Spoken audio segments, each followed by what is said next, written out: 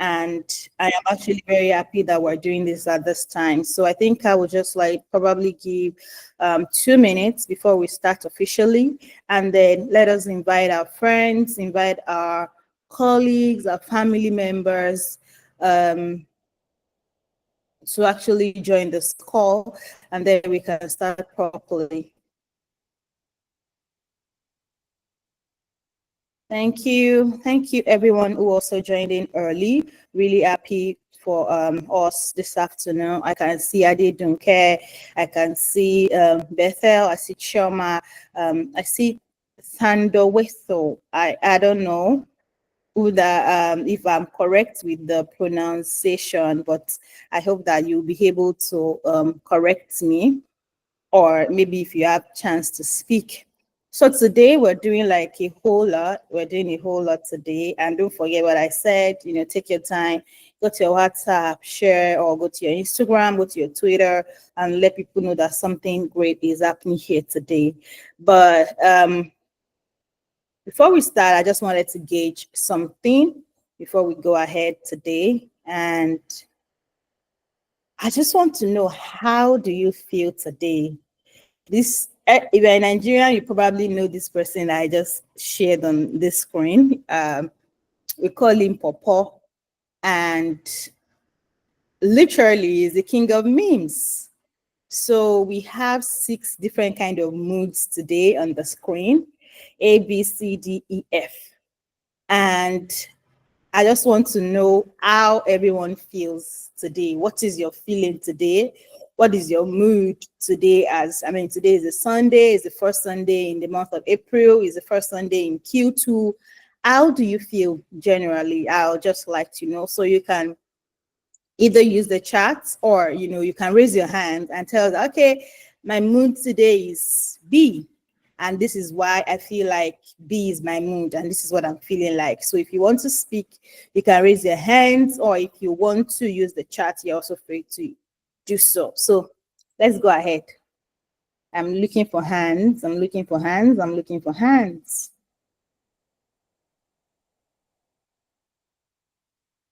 Let's see. Let's see. Let's see.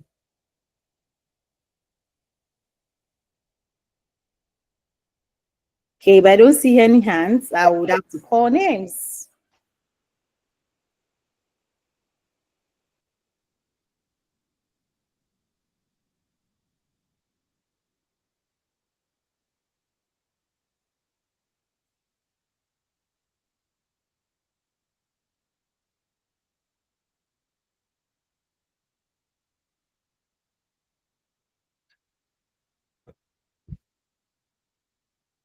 I can't see any hands, so wow.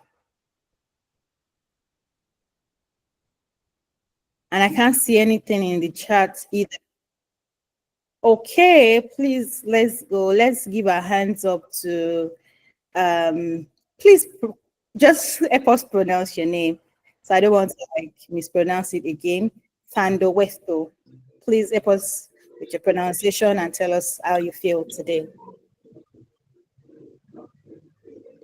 Oh, okay. Hi everyone. You did pronounce my name correctly. My name is Ah, Tando Gwebu. I'm from South Africa, and I feel like the one, two, three, four, the fifth wow. one, because semester starts tomorrow, and I am, whew, yeah, kind of scared, but not scared. It's kind of nerve wracking. More, yeah, Yeah. Well, let's give our hands up for yeah. Tando. Let's give our hands and let us wish her success in the new semester. I know how it can be, so I know how you feel with letter E. I know that we're starting a new semester, but I know that you got this. We're all rooting for you. All of us here, we are rooting for you, and we wish you like a great semester ahead. And we're sending you loads of love. We're sending you loads of love. If you need anything, and you need some form of support, you can send love to our. Let's bombard Thunder with so much love. I mean, you can always reach out. We love you so much, and I mean, thank you for being here. Anybody else wants to speak? We already like have Tandor. She's from South Africa, and she's telling us, "I feel this way because the semester is starting tomorrow." I'm like, ah. So, is there anybody else? Maybe two more people who want to tell us how they feel today before we go ahead.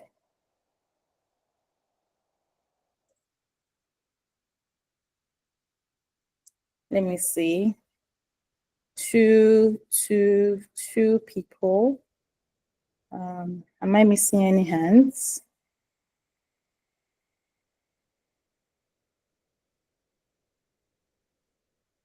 Okay, I'm not missing any hands yet, but let's see.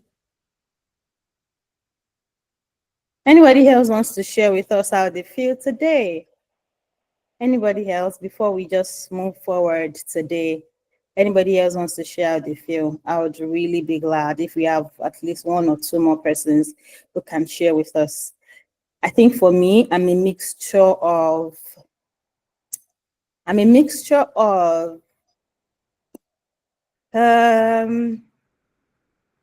C and E. So I'm a mixture of C and E because I don't know, tomorrow is Monday. Oh, is the weekend over? I mean, I'm always like, I need a day between Saturday and Sunday. Somebody said, let's call it Sunday. I don't know what they want to call it, but I just need like that day for me, and I just want to use it to sleep. So that's why I feel like E. But on the other hand, I also feel like E because, oh gosh, there's a lot that is going on in the world right now. You have tariffs going on from the United States.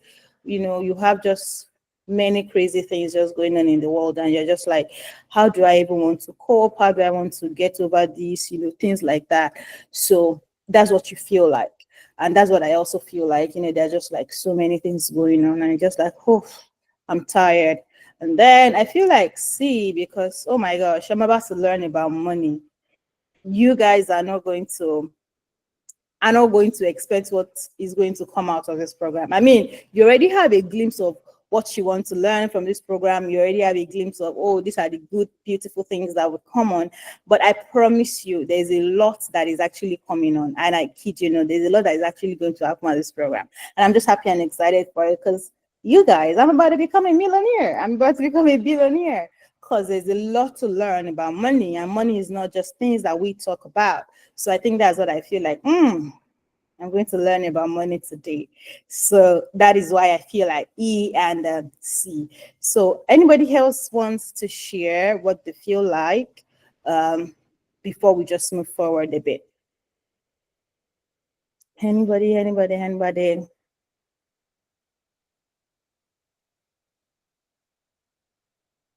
Okay, nobody wants to share. That's fine. So, but I mean, we're moving forward. So, before we proceed here, we're already going in. We already have our speaker here today. I mean, I'm so excited about that. But I want to tell us a bit about the Bloom Africa. The Bloom Africa is a nonprofit organization. We harness the power of education to empower African and diaspora women and girls to catalyze change, starting from their communities. So our work is at the intersection of, gender, at the intersection of education. We help women and girls basically across Africa and diaspora to be who they want to be what it is that they want to become. That's what we do. And that's why we're having this kind of program today. I mean, you will see a lot of our programs. We have the Bloom Impact Fund, we have the Bloom Impact Scholarship, we have Campus Bloom, we have the Global Ambassadors. The Global Ambassadors is for women who are leading, young girls who are leading social impact, and they want to learn more about creating social impact.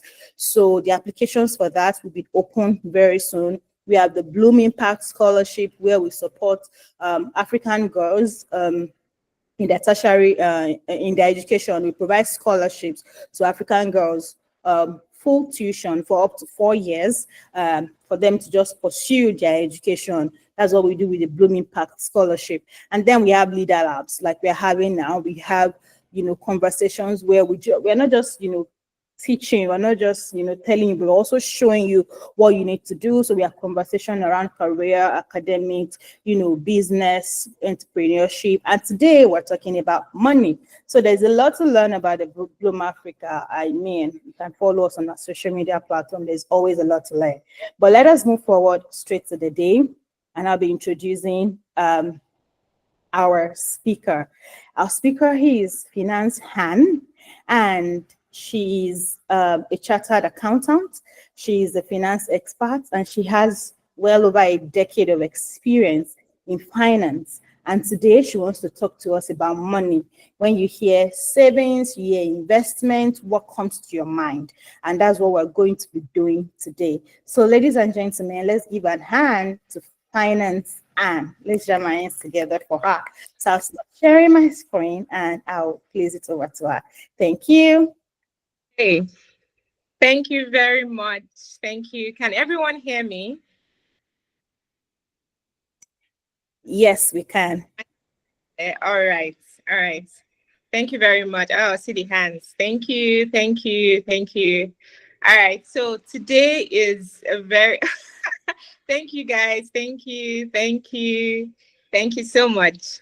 So today is this topic is a topic that I'm very, very passionate about. And when I came across Bloom Africa, I was very, very happy because it's something that connects with me. I am actually a girl mom. I have 3 beautiful girls. So when I saw what you guys were doing with, girl education, boosting girls' confidence and teaching them how to advance their careers and everything, it was something that really made me very happy because in Nigeria today, it's almost as if when we talk about money, we tend to focus on the men, as if, and generally you realize that in most offices, they tend to pay the men higher than the women. I don't know if you guys have noticed it. You might see in an organization where a man and a woman are handling the same responsibilities, the same qualifications, but the man will be paid higher, probably because they assume that women don't need money, or maybe our money is for food or something. I don't know, but I'm happy that the conversation is changing and people are now realizing that no, women can still make money. Women can still do everything that they can do, and it's not just for the men. All right. So today we're going to be talking money, making it, managing it, and multiplying it, especially with the way we are seeing the economy today. The economy is not smiling, but guess what? Anytime there's a depression like this, or anytime there's high inflation like this, is always an opportunity for a new breed of millionaires to be born. Okay. It has happened time and time again. Anytime there is, not only in Nigeria, even in other countries worldwide, wherever people are shouting economy is down, it actually creates a new opportunity for a fresh, breed, a fresh session of billionaires and millionaires to come into, to enter that realm. And if you are very serious, and I'm happy that you are, because for you to be on this call, that shows me that you are serious about your money. And this can actually be an opportunity for you to enter that new, that new camp of millionaires and billionaires in this season. Okay. So by the end of this session, you are going to be able to walk away with actionable steps. I don't just want to be someone that talks and talks. I will be telling you what to do immediately, after this session, what to do this week, what to do this month, what to do this quarter, because it's all about action. See, if you learn and learn and learn and here and here and here, and you don't start doing, it's actually useless. It's useless. So when you learn, make sure you implement, and that is what makes, the learning worthwhile. Okay. So of course, the first thing we have to talk about is making money, because we can't talk about managing money and multiplying money when we haven't even started making it. All right. So what are the ways that we can make money? The first one is to get a job, right? Actually, that was actually my own first way of making money. And I know that sometimes now people have bastardized, or maybe they are looking down on having a job. It's like everybody wants to be an entrepreneur. Everybody wants to have a business, but there's no straight cut out line that everybody must follow. Okay, sometimes it's actually better to have a job. Sometimes the best step to take when you're done from school is actually to get a job. Some people will start a business fine and take off from there, but some people will need to get a job first, have something stable first before they now advance to creating businesses and all that. And even with a job, you can still be able to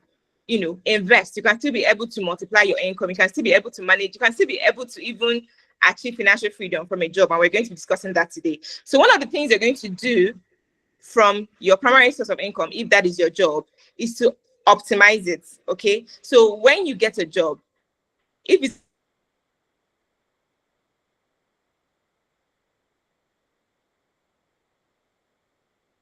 a private organization, especially if it's a private organization, you can start looking for ways to enforce. It's almost as if women tend to undervalue themselves and feel that maybe they don't really desire, they don't really need as much as the men, or they don't deserve as much as the men. And this is one of the things we're going to be working on today. You have to tell yourself that you actually deserve to be paid your worth. Okay, so if you're in an organization, ask questions and find out ways that you can, what you can do to increase your salary. Don't always sit down and wait for when they remember you or when management, calls you for promotion and all that. Making sure that you are in that same range. Another thing you can do is to look for certifications that you can add to your, to your CV in order to boost your earning capacity. Okay, so it can be getting a professional exam, going for a professional exam. It can be, just ask questions. All these things will depend on your field. But if there's anything that you need to do, maybe volunteer work, or, just find out how you can negotiate for a higher salary. It is not being greedy. It is actually you knowing your worth and asking for it. Okay. Now, the next way you can make money apart from your job is through learning a skill. Okay. Now we have so many skills that you can learn. Okay. Online, we have the tech side. We have simpler skills like visual assistance, video editing, so many, freelancing in different areas. And this is something that you can do. And why it's also good at first is that this is something that you can do in addition to your job. So you don't need to just wait and say, okay, let me learn a skill first. You can actually combine it with a job. So you can, after work hours or during free time or during weekends, you can take that time to learn a skill, upgrade your skill, improve on it so that you can monetize it. Okay, content creation is one of them. Writing, like I said earlier, tech, so many skills. And the funny thing is that the life we are going into now, the way the future is going to go to is going to end up paying you for your skill. Like, the people who are going to make a lot of money in future are those that have very good tangible skills. And another beautiful thing about having a skill is that it can serve you anywhere you are. So even if you choose to leave Nigeria, or you choose to leave your country to go to another country for whatever reason, that skill will still be something that you can use to make money wherever you are. It doesn't, limit you to your environment or to your country or to your town. It's something. And another thing about skills is that you can be in your country and be earning from outside your country. Some people are in Nigeria, some young, amazing young people now are in Nigeria earning thousands of dollars from US, earning thousands of pounds from UK and all. So learning a skill is something that you should take seriously. Okay. And now another thing that you can do to make more money is through digital products. Now, this is something that has benefited me very well. Okay, before I continue, let me also mention that I still have a job. Like I said before, there is nothing wrong with having a job. A lot of people have looked down on having a job as if it is for people that are not creative, or people, or you're broke, or on. No, you can actually still combine a job with whatever you're doing. And when the time is right, you will actually leave the job if you want to. Okay, so there's nothing wrong with having a job. Now, like I said before, I have a job, but I am still creating extra sources of income.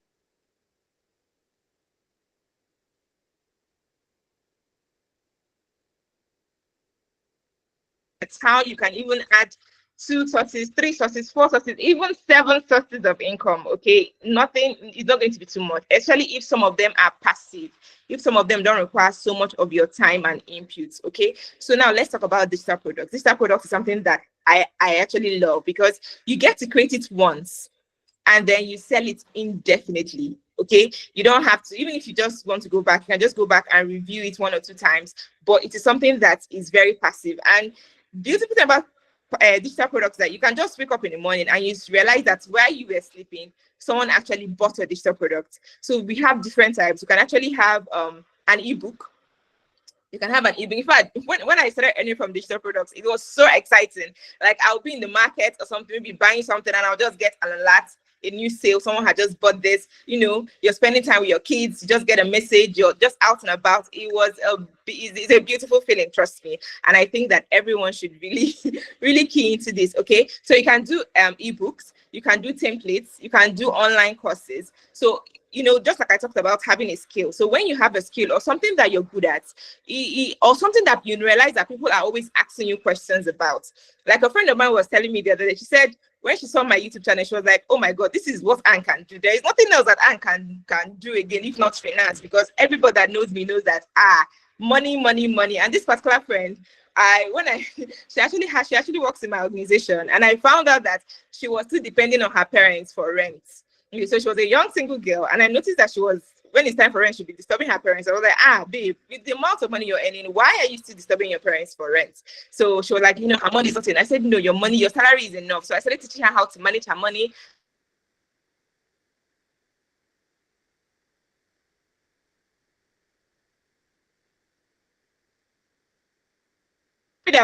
After some time, we were separated in our offices, so we actually, we didn't see each other for a long time. So when we saw again, she was so excited. She told me that when she saw my channel, she was like, oh my God, this is what Anne is good at, because I changed her life by guiding her with her finances. So if there's something that you know that your friends know you for, you can't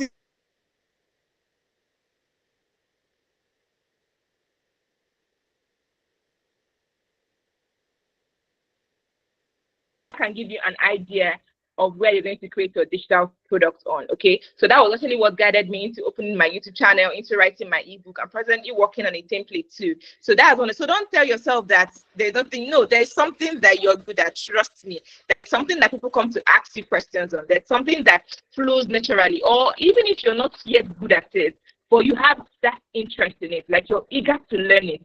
Like whenever you see someone talking about it, even if you're bored, even if you're tired, you will stop and listen because they have that natural interest. So that's actually a way, an avenue that you can, key into and build a digital product on it from. So I won't even start going into details of how much you can make from this area. Okay. Now, another thing that you can think about that you can use to create additional income for yourself is through content creation.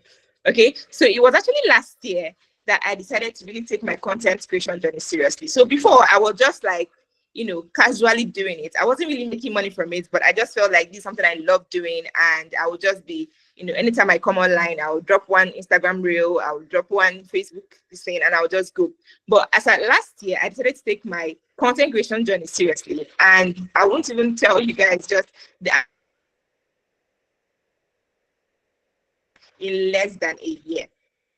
Okay, so content creation does not necessarily have to be face like this, like you showing your face. It can be faceless. It can be, if you're someone that is better with writing and not video, places like Twitter, places like LinkedIn can actually work for someone that is a bit shy, that doesn't want to show their face, and you're good with writing. Yeah, then you can go and be a keypad warrior there, right?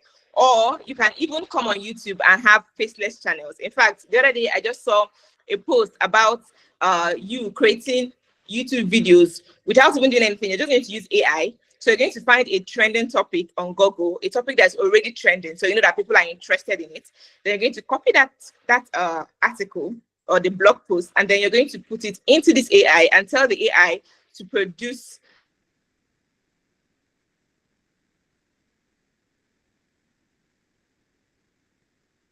your own, creation, and then you can post it. And there are a lot of YouTube channels right now that are making money by using this. Okay, or you can even, there are so many other faceless channels. Okay, the main thing is that when you open up your mind to tell yourself, okay, what do I really want to do, they can go and start asking questions. See, YouTube is like a university. Everything you want is there. You don't even have to disturb yourself now to start paying this or paying that. You can actually take advantage of the free information you have, and then when you're sure of where you want to go, then you can now start investing in paying for something. But for a beginner, first, exhaust the free information you have. Get started with the free things you have, and then as time goes on, you can start paying and spending money. So content creation can open you up to different sources of income. Okay, now if you're on a platform that is monetized, like now YouTube pays, Facebook also pays, and I hear that some people are using TikTok and they're opening TikTok from foreign, pretending to be in another country so that they can earn. So there are so many ways you can earn from your own content, and then you can start earning through affiliate marketing. Okay, so when I started my YouTube channel, I was not yet monetized, because you know that you need to have some requirements first, like 1,000 subscribers, 4,000 watch hours before YouTube starts paying you. But before I got to that threshold, I took advantage of affiliate marketing. So how did I do this? I simply found products that offer that affiliate marketing opportunity. So they give you a link for you to market for them, and anybody that buys from that link, you get a commission. So I simply found products that were linked to what I was already talking about.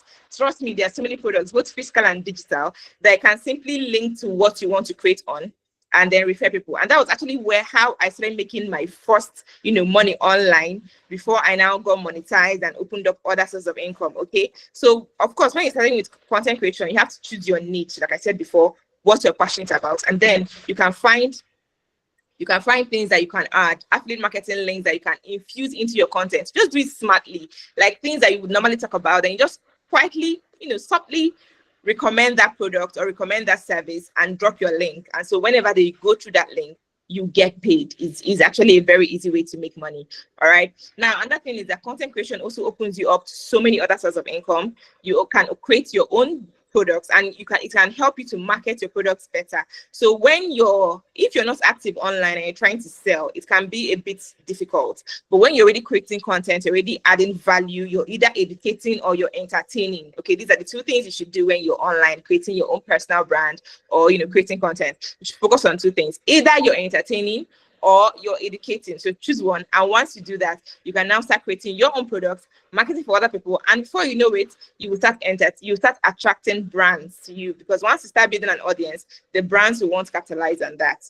Okay, so that's it for making more money, because we cannot talk about managing without talking of how you can make more money. So one of the things you're going to ask yourself is, right now, just as you are now, think about it. What is it that you can do this month, this week, that you can use to add to your sources of income, that you can use to expand? Okay, if you have a job, how can you get a promotion? What can you do to make you more valuable to your office that can get you more money? And if you're in business, inside that your business, what can you add, that can bring more money to your pockets? Or even if it's not inside the business, if there is a complementary product or something that you can do, or you can even collaborate with other people, what can you do? This is that you should keep thinking about, because trust me, inflation is not smiling. And if you're not constantly increasing your income, you will just find yourself going, living lower and lower than the lifestyle that you normally would have lived. Okay, so making more money is very important. After this session, I'm going to take some time to answer your questions. So if you have any question, please just note it down and I will answer you. All right, so the next thing we're going to talk about is managing your money. Yes, see, when you make money and you don't manage it well, the money will go. Like, it will go. wealth not managed well is wealth gone. That's why you hear of people that are billionaires in dollars and they still declared bankruptcy. You'll be asking, how did someone mismanage that amount of money? And if you're thinking that maybe something is wrong with them, no. If you don't teach yourself the right skills, if you don't manage the money you have well, trust me, you will still lose it. You will still end up living paycheck to paycheck, which a lot of people are doing right now. They just get the money before the next salary is coming, or before the next income is coming. They've already finished the last one, and they are already looking forward to the next one. It's even now like a joke. People saying that before the salary comes or before the income comes, they've already spent it. That is not the right way to live. That is not the right way to manage your finances. And I also believe that somehow when you manage the little that God blesses you with, he will be more confident to bless you with more. But if you mismanage the little he gave you, then he won't be confident to give you more. Just think about it. Okay. So I actually had a conversation with a colleague of mine a while ago. She came to me and she was complaining that the economy is bad. Fine, the economy is bad, but people are now using this to give excuses of why they can't manage their money better. Okay, so she came to me and she was like, she doesn't know what's happening at the end of the month. She doesn't have anything left. So I was like, okay, let us sit down and analyze. I said, no, you have to know. And it's not enough when you don't even know where it's appearing to. So that was the first assignment I gave her. I told her to get a sheet of paper and write down all the things she spends money. Like once your money drops, where as you're spending it, either in cash or in transfer, where is it going to? So she wrote down everything for me, and I went through it, and I was like, wow, like it was so easy to just see the places that she was being irresponsible with her money. And I was like, you're not supposed to be buying this. Some of us try to keep up with people that are way higher than us in terms of money. Okay, so you might see someone online, maybe someone you admire, you think that, okay, maybe because you're age mates, you see her wear this clothes, you want to go and wear the same clothes. You see her buy this hair, you want to buy the same hair. You see her living this life that you think that, you now want to, live up with the Joneses. Okay, I told her I didn't realize that some of the things she was spending on are things that she couldn't afford. And she was just complaining. I said, no, do you know that there are people who are earning like less than half of your salary? Okay, let's even say half of your salary. There are people who are earning half of this your salary, and they still have the same responsibilities you have, and they're surviving. If they have not died, then there is something that you can do. So don't, in as much as yes, the economy is bad, that make you feel that you cannot manage what you have, or that you cannot save and invest from what you have. Because no matter what you have now, there are people that are earning less than that, and they're still okay. They're still dressing up, they're still wearing hair, they're still making their hair, they're still paying their students' school fees, they're still surviving. So what exactly is your excuse? Okay, so we have to learn how to start managing our money better. And we have a very simple budgeting rule that you can use, which is the 50-30-20 rule, where 50% goes to your needs. Okay, now 30% can go to your wants, and then 20% can go to your savings and investments. Okay, now your needs are actually your needs. Some people confuse wants for needs. Needs are things that you cannot do without, like you're going to die if you don't do it. Okay, or you're not just going to, your life is not going to be worth living. Now you have to live in a house, you have to have a shelter over your head, but it mustn't be in the choicest locations, and it mustn't be as fanciful as you might want it, because everything is a stage. Remember that everything is a stage. Some of the things you are aiming to have now are going to come. It's only a matter of time. If you can manage where you are now, then very soon you will get to that place that you want to be. Okay, so 50% for your basic, your transport, probably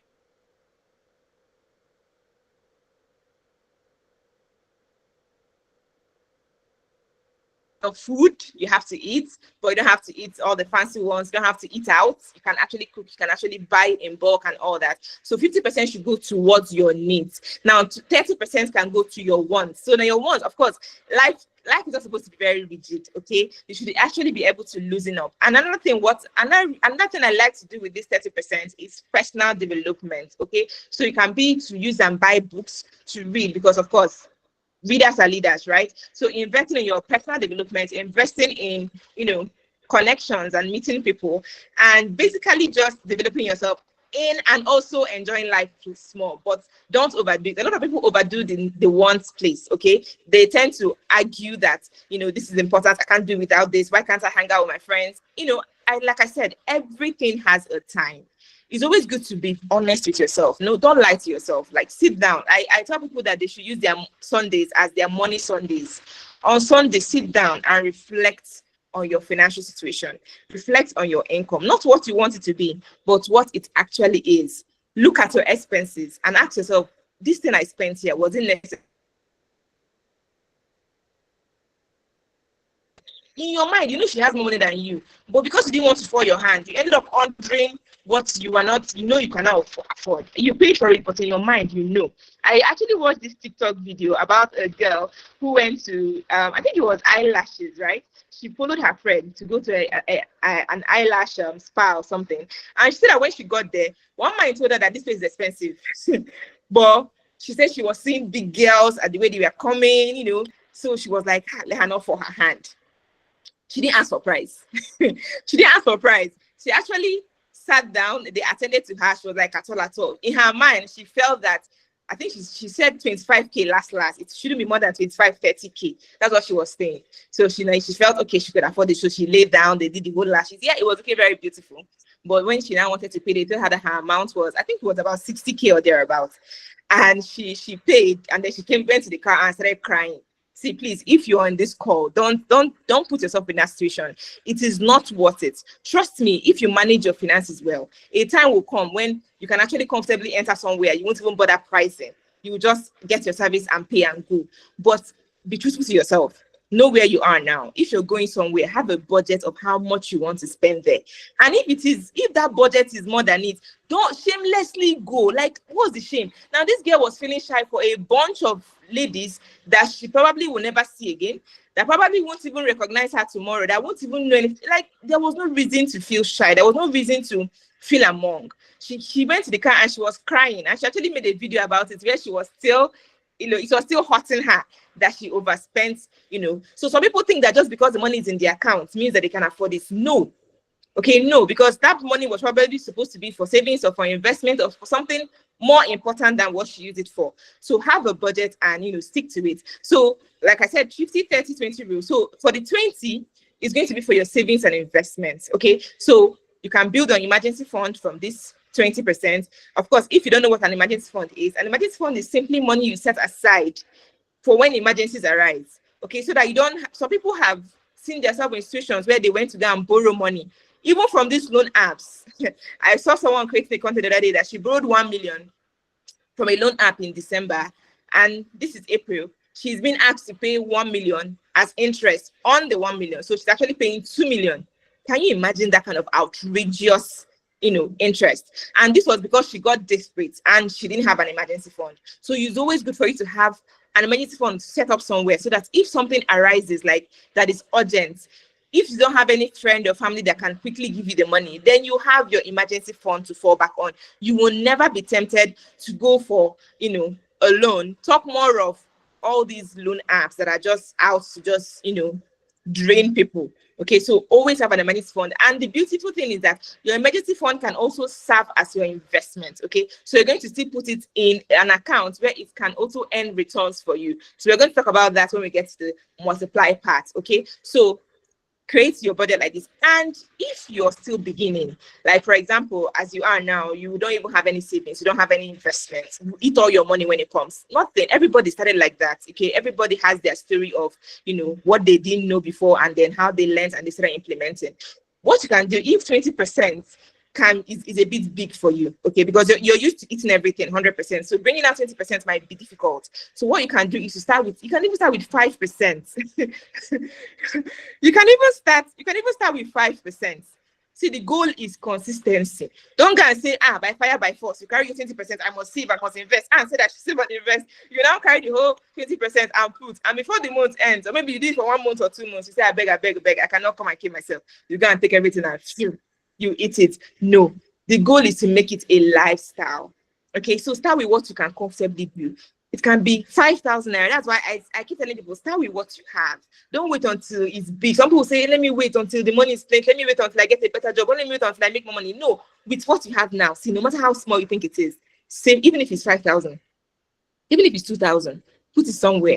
And there's something that happens to you when you start saving. It's like a spirit, okay? When you see that money growing, it will start pushing you. You will just start getting that excitement. So maybe when you get that extra money that you're not expecting, or you would just want to put it to just I don't know if I'm the only one that has experienced this, okay? So it would just start propelling you to put more, and it gives you this confidence and just knowing that you're doing something well for yourself. Okay, so that is it. So 50, 30, 20. 50 for your needs, okay? Your rent is in this 50, your transport and all that. And remember, if you're paying rent, you don't have to wait until 3 months or 5 months or 4 months to your rent. You now start running helter-skelter looking for rent. No, every month, bring out something, put in an account.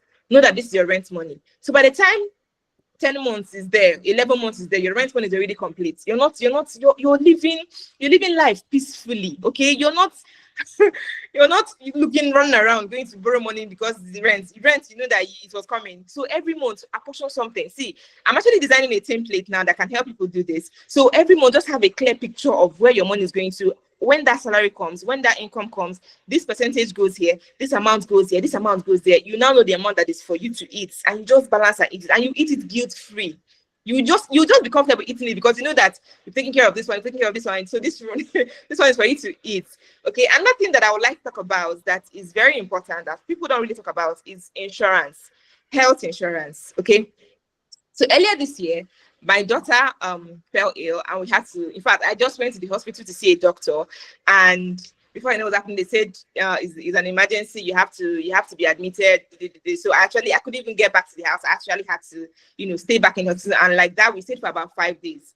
Now I actually have insurance, so in one of the tests, you know how these doctors behave. They just came and they were like, "Hey, madam, go and do this test. Take her blood, go and do this test. And we need it urgently. We need it urgently." So I ran to the lab, and when I got to the lab, I was like, "Madam, please, the doctors, they said it's urgent. I need, see the blood and all that." She was like, she looked at my card and she was like, "But you have insurance. Why don't you just go to your insurance office and get a code so that I can clear you and you don't have to pay?" I was like, no, just I will pay. I was feeling like I feel like a rich madam. I said, "Oh, don't worry, I'll pay. Just they said it's urgent.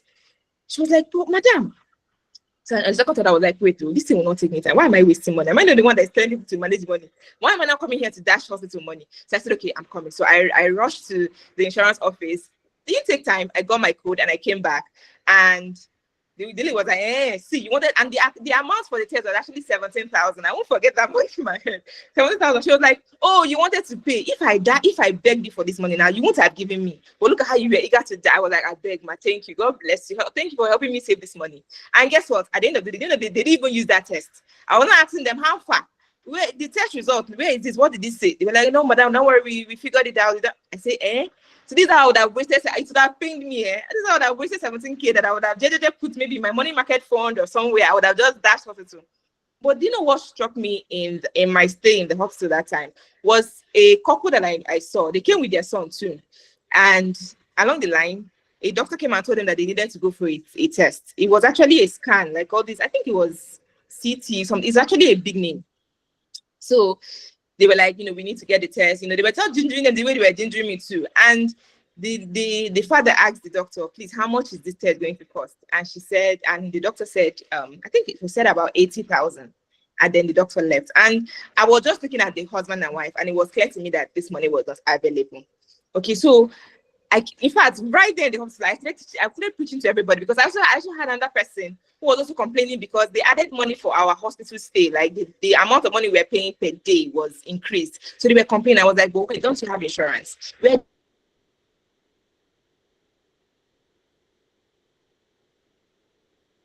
This for you every year. See, whether you use it or not, it has been provided for.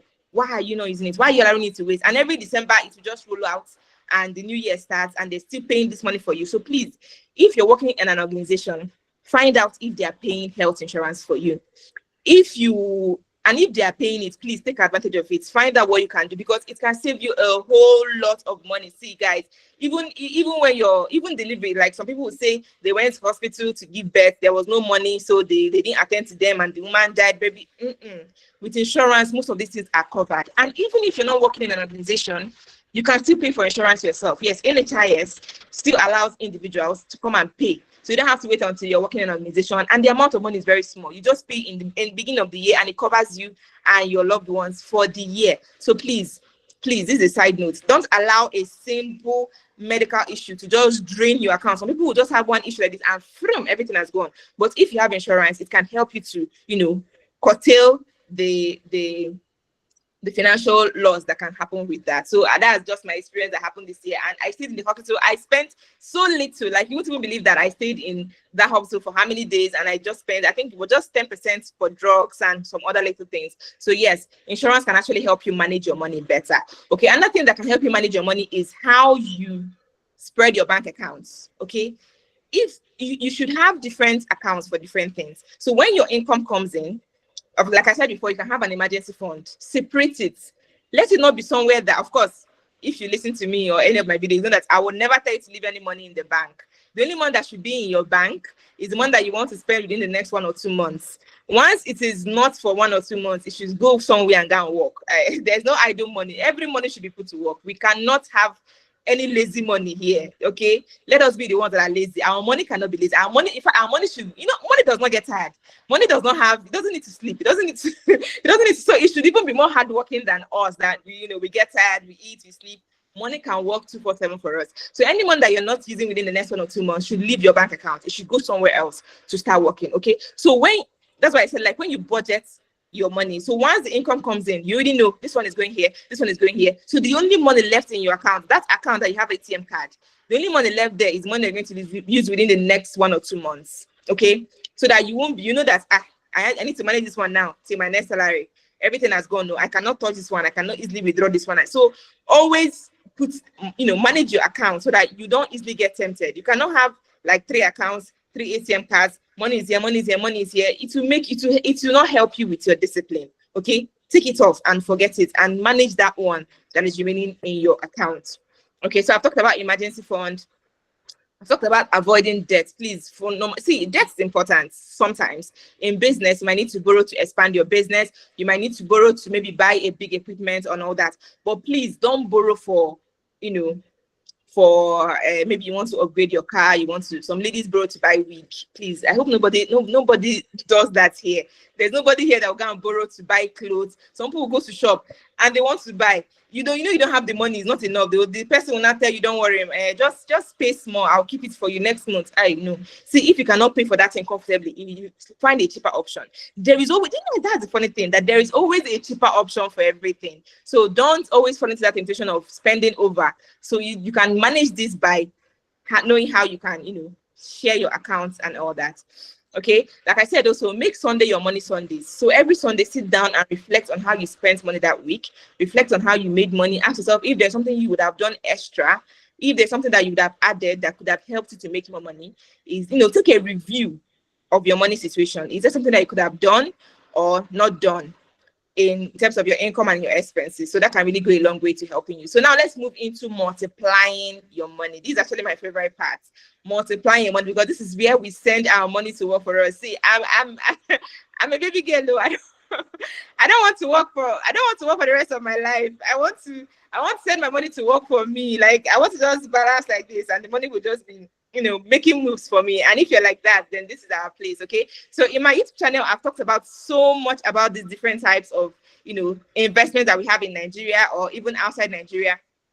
So I'll just make a quick run through from them. So if you're a beginner, you can start with something like a fintech platform. Okay, we have PiggyVest. PiggyVest was the first fintech platform I started with before Optimus came out, and I moved to Optimus. So we have PiggyVest, we have Optimus. These two, I personally used it and I love the two of them. So you can start with them, and they allow you to start with, I think, 1,000, 2,000. You have started, so you don't have any excuse. Don't say that the money is big. They didn't allow me. No, with 2,000, you can start. Create an account and just start. And one thing I love about these fintech platforms is that they allow automatic, transactions. So you can, if you're someone that you feel that you don't have the discipline, or you might eat it, set it as automatic. So if your income comes on the 20th, maybe your salary comes on the 24th, tell PiggyVest, tell Optimus, tell them that once this day reach like this, take this amount from my account. Automatically, you'll just be getting their alerts. They'll be just putting it for you. So it can actually help you as a beginner to be disciplined with your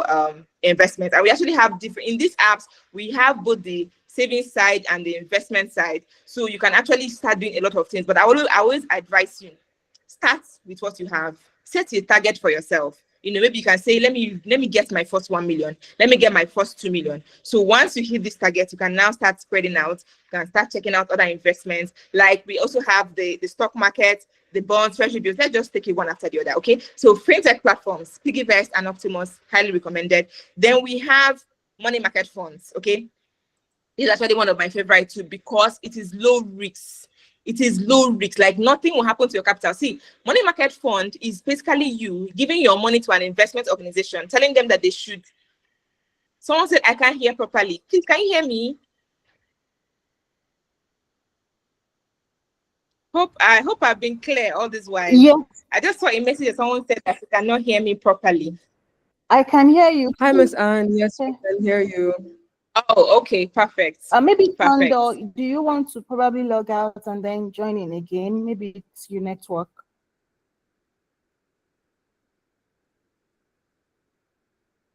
Is this being recorded? Yes, this is also being recorded. So she can still catch up later. Yeah. Thank you. All right. You're welcome.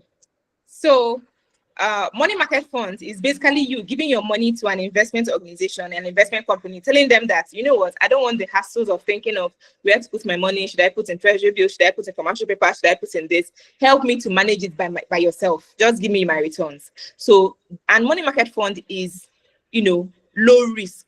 Your capital is preserved. Nothing can happen to your capital. The only thing is that the interest rates can go up and down. They can fluctuate a lot.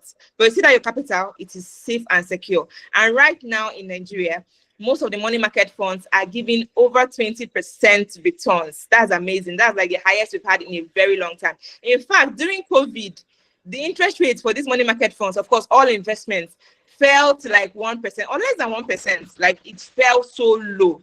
But the good news is that even during COVID, I was still able to go and withdraw from my money market fund. And I was like, I don't know if life wants to end.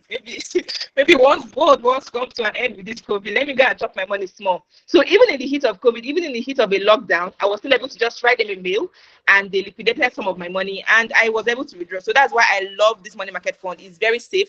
My capital was preserved. Nothing happened to it. I was still able to withdraw, and by the time things picked back up, I went back all in. And presently, the interest rates are over 20%. So we have Stanbic IBTC Asset Management Company, not the bank, but the asset management company. We have FBN Quest, that's First Bank Asset Management Company too. They have their own money market fund. We even have Zenith, as their investment companies, GT. They all have these money market funds, and you can actually take advantage of it. To get started, some of them with 5,000 naira, with 1,000 naira, with 10,000 naira, you can get started. I presently use Stanbic, ARM, then FBN Quest. The three of them, you can start with 5,000 naira only.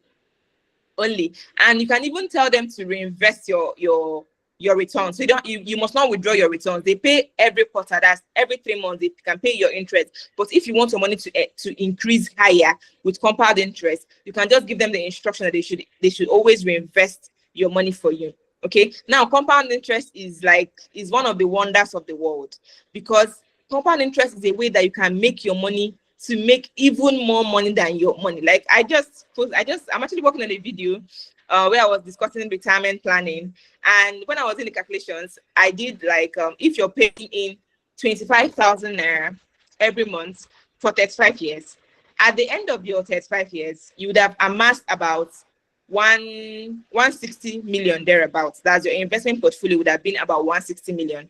But you know what? Out of that 160 million, only 10.5 is your money. That's 20,000 you are putting every month. Only 10.5 is your money. The remaining 150 million is the money that your money made for you. You see why I said that your money cannot be idle. It cannot be lazy. Other people's money is working hard and you want your own to be lazy. No. And a time will come when you can no longer be as active as you are. Retirement is coming, whether you like it or not. Age is coming. You're no longer as young as you were yesterday. Okay, this time is coming, so you have to start planning for that. And one of the ways you can plan for that is to take advantage of investment, take advantage of compound interest. Now, when you use a money market fund, your money is compounded every month. Now, what do I mean by this? If you put, for example, 5,000 naira in a money market fund, your interest, in fact, you'll be seeing your interest every day. Like you can enter the next day, so that your money has made 50 naira. Or 100 naira, okay? It will be adding. Now, at the end of 1 month, for example, if your 5,000 naira made maybe 200 naira at the end of 1 month, by the next month, your capital is no longer 5,000 naira. Your capital is now 5,200. So that means apart from your 5,000, even that 200 that your 5,000 made is also now going back to work for you. And this happens every month. So by the time you do this month on month, year on year, you will see the magic of, it's like magic. You see the magic of compound interest. So why are you delaying? Start now. Start with what you have and build on it. Okay. Now, other investments that we have in Nigeria right now, we have treasury bills. Treasury bills is basically you giving money to the government, telling the government, please, maybe they need money for projects or anything that they want to use money for, right? You can loan them the money. They do the project, they do whatever they want to do, and they give you returns. Okay. This also applies to federal government savings bonds. So these are the two investments we have with the federal government of Nigeria. We have the treasury bills and the federal government savings bonds. So this is you basically giving money to the government and they give you some returns. With treasury bills, your return, with treasury bills, your return is upfront. You get a return upfront. But with federal government savings bonds, your return is like every quarter. That's every 3 months you get your return. And treasury bills normally short term, less than a year. But federal government savings bonds is for like 2 years or 3 years. If you want to get details on this, trust me, YouTube is your friend. I have done videos on this, so you can just catch up with details on that. But if you have any question, please note it down. I'll answer you after this, after I'm done. Okay. So we also have the stock market. We have both the Nigerian stock market and the US stock market, and you don't have to limit yourself in Nigeria. Even while you're in Nigeria, you can still start buying shares. You can start owning you can be a part owner of Google, of or is it Google, or Meta, or Amazon, Tesla. You can actually stay here and be a part owner of these organizations. So don't limit yourself. So, but one thing I don't like talking about. Ooh, am I still here? Can you hear me? Thank you. Oh, yes, we can. Okay, so why I don't like talking about stock market for beginners is that it can be risky. Okay, so stock market is high risk. So I will always advise beginners to start with fixed income investments, and then they can gradually grow their muscle before they can enter this. Because right now, most stocks are down. So if you're a beginner and you carried all your money and put in stocks, by now you would have been crying, hey, and my money. So so I will advise you, as a beginner, you can start with fintech platform, you can start with money market, you can start with treasury bills, federal government savings bonds, and then when you are more comfortable, when you have done this month on month, you can now come into the stock market, either Nigerian stock market or the US stock market. Okay, so that's it for. We also have commercial papers. Commercial papers is when instead of loaning money to the government, you're now loaning money to a private organization, but some of them 5 million or 1 million. So that is like more of a higher limit requirement, but it's actually one of the ways that you can send your money to work for you. Okay, so in summary, let's quickly round up. You need to start early. Don't delay. Don't say okay, next month. Don't say no. Start this month. As soon as your income comes this month, take something from it and invest. And not just that, be consistent. That's why I said start with something that you're comfortable with. Start with something that you can do without crying and without going back to touch it. Okay, so if it's 5,000, if it's 10,000, start there. But the only thing is that you should focus on increasing it. Don't just say, okay, hey, Anne said 5,000, let me just be dropping 5,000 every month. No, 5,000 won't do much for you in the long run. It's just for you to start and grow that muscle. Just like exercising, you start small and then you can gradually start doing harder ones. So as you start, you start increasing it, and as your income also increases, you can now also increase your contributions to your investment account. Another thing you can do is that you should start diversifying. Of course, when you start with one, after some time, move to another one. Start spreading your assets. Diversification, and with time, you now see the ones that you prefer, because everybody's investment appetites and investment habits are different. So by the time you now start learning how you prefer to do your investment. But the goal is that every money should be put to work. Every money should work. The way you're working hard to make money, your money should also be working hard for you. See, if there's nothing you take from this call, please take the fact that as you're working hard to make money, your money, like anytime you go to bed, just know that, yes, my 10,000 is somewhere working. My 100,000 is somewhere working. My 2 million is somewhere working. Just always know that your money is working somewhere. Have that at the back of your mind, that you're sending your money off to work for you. Okay, now another thing you can do is to always get educated. Just the way you're on this call, any opportunity you have to learn, to add to your investment knowledge, add to your money knowledge and all that, take advantage of it, and get more information to your arsenal. So look at what you're going to do. Okay, what we're going to do now is everybody should pick a pen and paper and start writing. The first thing you're going to do this week, in fact, not even this week. Why am I saying this week? Today, after this call, please, you're going to conduct a financial audit. You know how auditors go to firms to go through the books, to know where they're doing right, to know, whether they mismanage money in any way and all that. So you're going to do that thing to yourself today. Know exactly where you are. Check all your income, where all the place your money is coming in from. Don't think you just know it. Have it written down somewhere, okay? If you're good with Excel, have it on an Excel page, okay? All your income. And then start recording your expenses. See, people underestimate this, but some people don't know how much they spend on things that are not so important until they see it written down. Like, at the end of the month, oh my God, look at how much I spent eating out. Oh my God, look at how much I spent on this thing. It's not even that important. Why did I spend this much here? You won't know until you start writing it down. Okay, you now say, oh my God, why am I spending so much money on this when I can actually cut down? So when you're looking for more money to add into your investment account, to add into your savings account, this is actually one of the ways you can find out, by having a financial audit where you now say, oh, look at where I'm spending money. So look at where I can, save money. And okay, look at my income. Since money is coming from here, what can I attach to this one to make me add more money to my, to my arsenal? Okay, so please, you're going to do that today, because you can't transform and get better with something that you have not even measured. You have to be, first of all, measure, know where you are. Then you now start calculating and working towards where you want to be. So that assignment is for today. Then this month, assignment for this month is that you must open an account somewhere, an investment account somewhere, if you haven't already. Be it fintech platforms. I mentioned PiggyVest. I mentioned Optimus. You can, open an account this month, in fact, this week, open an account and put something there. And if you already have an account, maybe you forgot needs, or maybe you're not so consistent, decide that from this month, no matter what. And the best way to do it, some people wait when they get their money, they will spend. Then what is left, they will now save. That's not the way to do it. When your money is coming, save and invest immediately. That should be the first thing that should go. Like, pay yourself first, okay? Pay yourself first. So don't wait. If you wait until you are finished spending, by that time the money has gone down, you now tell yourself, okay, don't worry, next month you will do it. No. Once your money comes in, no matter how small, save something. Then towards the end of the month, if it's still remaining, you can now add. But you know that you have already saved and invested first. Okay? So now, and that goal you're going to set for yourself,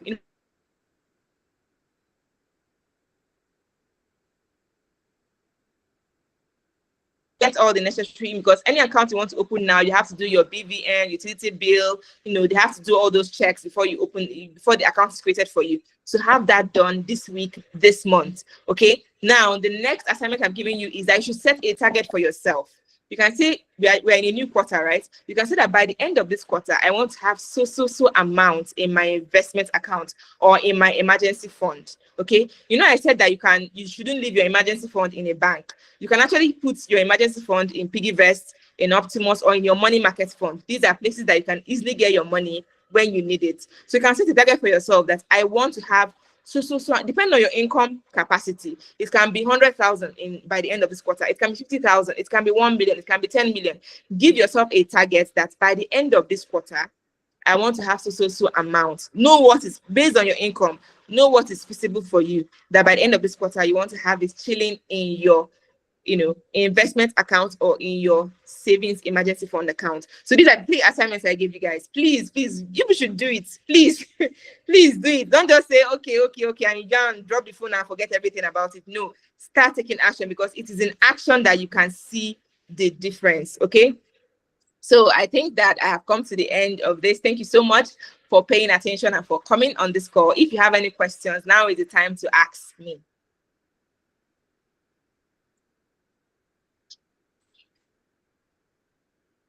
Guys, let's jam our hands together for Finance Han. In fact, I was jotting my notes. As everybody is listening, I was just jotting. My notes is full. I'm not going to lie. Thank you so much, for taking us through this. This is a master class. This is what people would pay millions to actually learn about. And we're doing this in celebration of Global Money Week. And when you see the theme of the Global Money Week, you are thinking of a wiser tomorrow. And like you mentioned that inflation is crazy. I think inflation is part of the reasons why I'm just because you look at even how things were last year and how they are now, and you're just there's a great difference. It feels like COVID was 20 years ago, because 5 years ago, we were buying water for how much? Down to the basic things. And yeah. I really, really, really understand, and I loved how you took us through everything. And all of those things that you asked us to do, I written them down. Audit your money, your finance, do it on your own, have your account, and then set a target. These are really actionable steps that, and we are so happy because we are doing this at the beginning of the new quarter. So we know that this is Q2, all those things, that all the money that we have spent with eating in Q1, that is absolutely fine. We'll forgive ourselves for doing that. And this is Q2. We are starting afresh and we are setting a new target. So I'm not going to like do much. We are a Q&A session. So I'll pass the mic. I can see like an hand up. If you have any question, please raise your hands. This is what we are here for. If you have questions, please ask your question. Okay, I have Murtala Akonde. Please go ahead and ask your question. Good evening, all.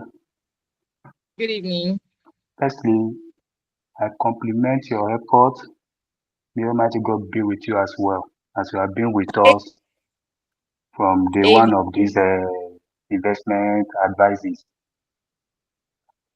I only have an addition to what you have said while mentioning the investment platform created by federal government. You have mentioned bond, treasury bills.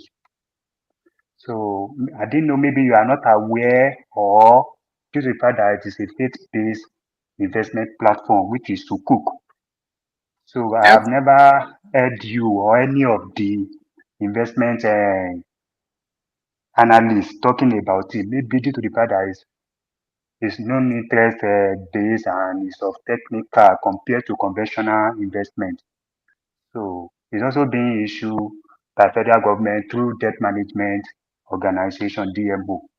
Yes. So that's the only addition I have to it. The fact that it is faith-based does not mean that any Nigerian from any tribe, any faith cannot show interest in it. Thank you very much. I don't have much to say. Okay, you're welcome. Thank you for that addition. You know, there are so many, in fact, outside the ones I even mentioned, we still have so many other opportunities. I didn't even mention real estate. You know, we have so many other opportunities, but I love to keep my money talk simple, actually, because we don't have so much time to start covering everything in detail. So I love to keep it simple for beginners, because I realize that when you're coaching someone and you give them so many options, they get confused. So I like to start with the simple ones. I know I said something that you should not, try to do everything at once. Start with the one you understand easier, and maybe it's the fintech platform, maybe it's the money market fund. Start with that, and then with time, as a muscle grows, you start expanding, because nobody started knowing everything at once. So this is one of the ways I make investing easier for beginners. Don't confuse them with so many extras. Just give them the simple ones, and then as they grow, they will, expand into more ones. So thank you for that contribution. Right. Thank you also. Any other question for me or contribution?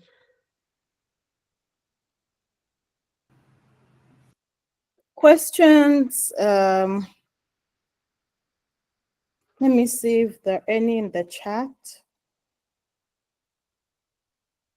Okay, so I have Hope. Hope, please go ahead. If you also have other questions, please, you can raise your hand. Okay. Oh, thank you so much for the talk. It was very nice. Always very interesting when you meet people who have really managed to understand their money and make it work. My question is around black tax. How do you manage it?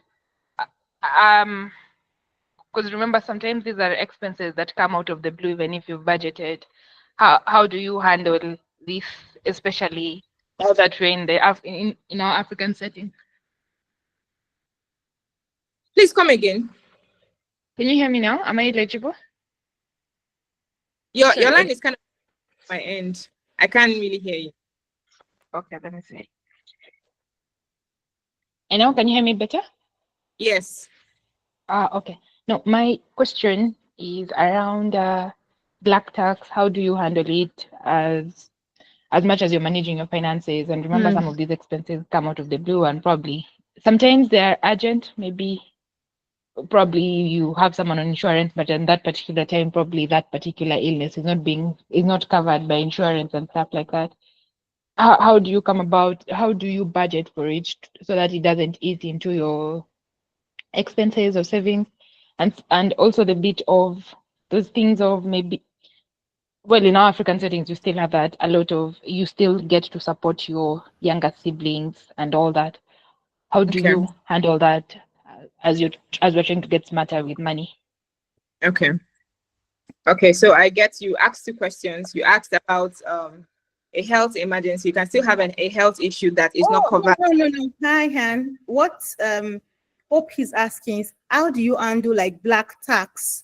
So that's more No, of like, question. The first one she asked was about when you have an issue that is not covered by your insurance. Maybe you went to hospital and there's maybe some drugs or some tests to be done and the insurance does not cover it. So what are you going to do so that it doesn't eat into your investments? I think I had that as the first question before the black tax question.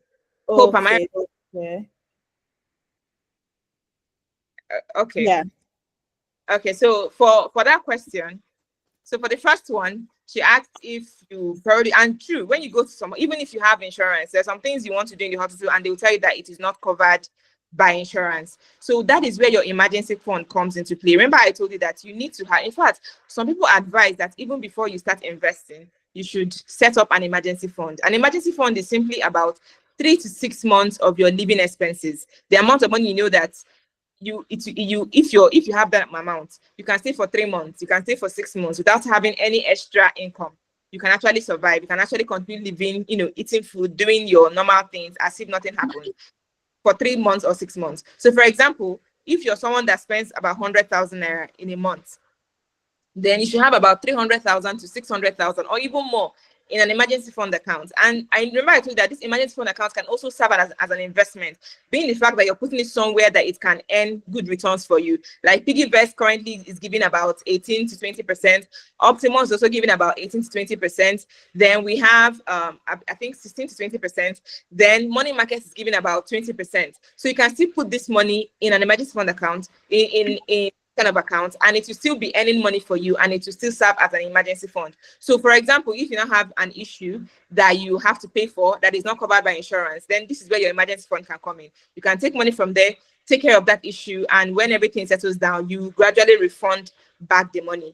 Okay, I hope you understand that for the first question. Then for the second question about black tax, yes, in Africa, not just Nigeria, Africa as a whole, we have this issue, especially if you're someone that probably you're the first child or you're one of the first, or you're the one that is the richest in the family. If you're not careful, they will, mommy will call you, daddy will call you, younger one, school fees here, this one there. And that is where your budgeting comes in. Remember, I told you guys that you have to have a picture of what your money is. Now, every month, you should have a budget for the amount of spending on your family. See, I don't know how to put this, but you have to really learn how to say no. It's not going to be easy, but you should have an amount of money that you set aside every month. And once that money finishes for that month, if they come again, you tell them, I beg, it has finished. Don't worry, next month when the income comes. See, if you start doing it, you will get used to it. They will also get used to it, and you'll be able to see. The problem we have with Africa is that if you're not careful, they will pull you down. Like when you're trying to rise in your finances, but you're still pouring everything down, they will pull you down, and you won't get to that stage where doing it will now be easy. When you're your building stage, you need to really set a limit. Okay, depending on your income, you can have a limit, maybe 10%, 20%, depending on the responsibilities that you have. But you have to tell yourself that if you don't do this now, you won't get to the stage where you can do better. Okay, if you're allowing them to drain you now, you know that we have people who their investment returns is now taking care of their family. I actually have a client who I arranged an investment portfolio for him, where every month the returns he now gets is what he now sends to his family. So he's not touching his capital. Let me put it that way. He's not touching I don't know. I'm looking for another word to use and describe it. He's not touching the main income, the active income. It is now his investment that is now taking care of his family. So if you don't take action now that you're still growing and you're still building, you won't get to that stage where you can now comfortably have your investments take care of those expenses. So you just have to set a limit and stand by it, because no matter what, they will still survive. And if you're not even giving them, they will still find another way. Just, I don't know how else to put it, but you just have to have a limit and stand by it. And if you're done, if that limit has been exceeded for that month, plead with them and say, please, the money has finished. At all, it has finished. Please, let us wait for next month. When my income comes, I will be able to do better.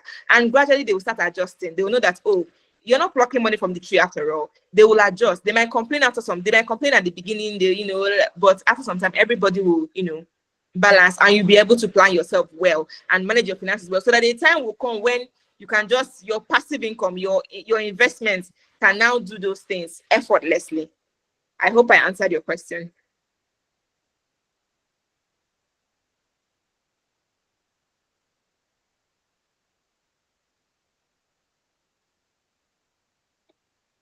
Hello, Hope. We hope that answers it. Thank you, Hope. I also asked the question in the chat. Hope, where are you joining from today? I forgot to tell us that. Maybe you've not joined. Just tell us your name and where you're joining from this evening, this afternoon. My name is Hope Ima, and I'm joining from Uganda. Thank you. It's a pleasure to have you here. So Hope, did I question? Hope you're okay with that answer. Do you have any more questions? Yes, I'm okay with that answer. The other question would be, how do you build discipline? You see that discipline of saying, I'm going to put this money aside. Sometimes life happens and you eat all your salary. That's why I said you should do it first. See, okay, one of the things that I did to myself when I was starting out, actually, my first job was in the bank. So my salary then was actually 150,000 naira.